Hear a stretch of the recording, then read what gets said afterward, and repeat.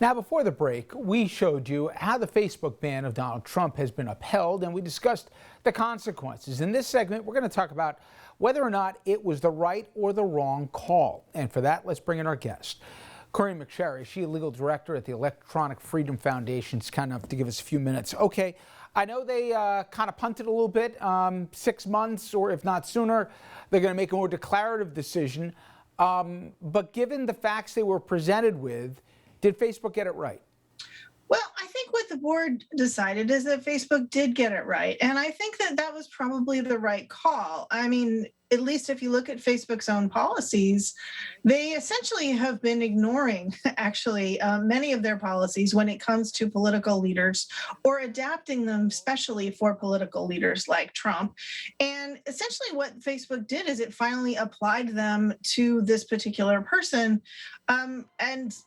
Companies have the right to have whatever moderation policy they want, but when they have that policy, they should follow it.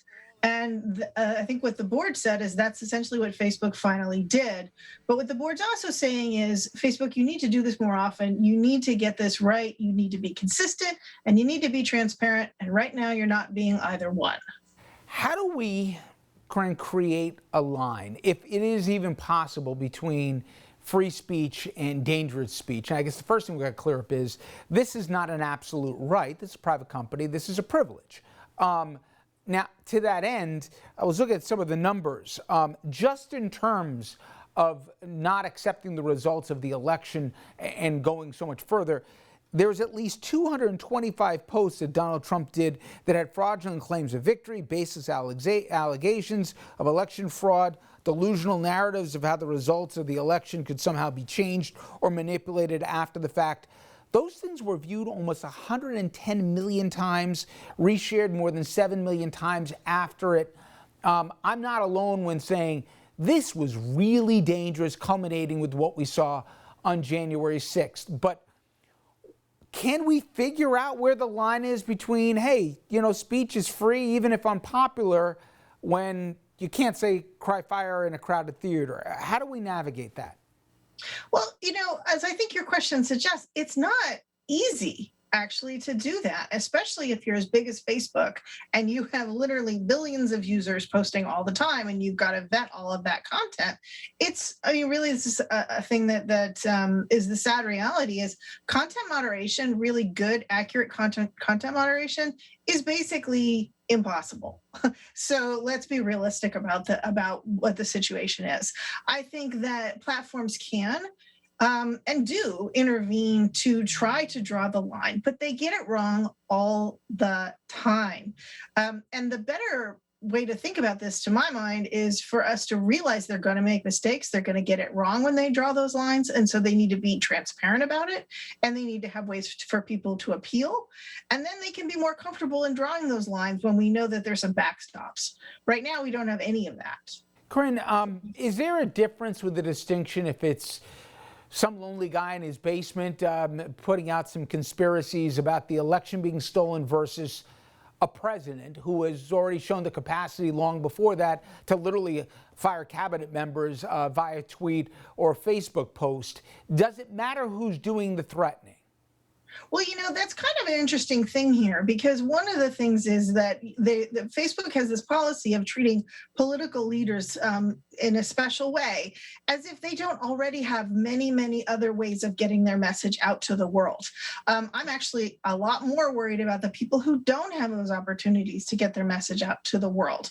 So I think one of the things the decision today does is ask Facebook to focus not on whether you have a political position or not, but rather, are you an influential user?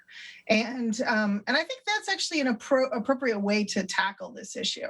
What about the once bitten, twice shy element, which was how many times had Facebook threatened then President Trump, which, hey, you're getting closer to the line, you're getting closer to the line. And the fact that if they didn't restrict his privileges, not just for that day, but thereafter, he'd do it again because he did it before. How much of pattern should factor into a decision as to restrict or revoke somebody's rights? Well, to me, the problem actually isn't the pattern, it's the lack of a pattern. And what I mean by that is that Facebook and Twitter and other social media platforms do the same thing, are incredibly inconsistent in how they have these policies, which they have the First Amendment right to do, but they don't apply them in any kind of consistent way. And that means users, whether they're the president of the United States or just a regular person, don't really know how their speech is going to be handled and whether they're going to be able to reach an audience or not. So really what we need from these platforms is, do what you say you're going to do. Be honest about your policies and then apply them in a way so we all have some predictability here. And don't play games with your users either way, no matter who your user is.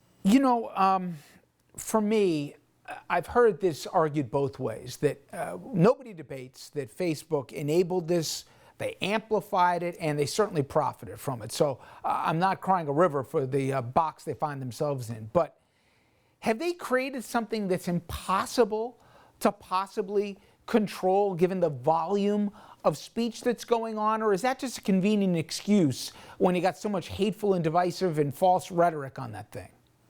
So I agree. We do not need to cry a river for basically anyone involved here, including President Trump and certainly Facebook. I think they have created they've put themselves in a very, very difficult position. It is so big. There's so much space on their sites. And they've shown, a whole decade of content moderation, a whole decade of people trying to control the speech on these platforms has shown they're not capable of doing it. And maybe we should stop asking them to. Interesting. Hardly the last time we're going to have this debate. Thank you so much for the time. I appreciate it. My pleasure. Take care. You too. When we come back, everyone, we're going to head to D.C. And I'm going to be speaking with good friend ABC News political director Rick Klein about the drama in the GOP, Biden's ambitious plans for his next 100 days, and a whole lot more.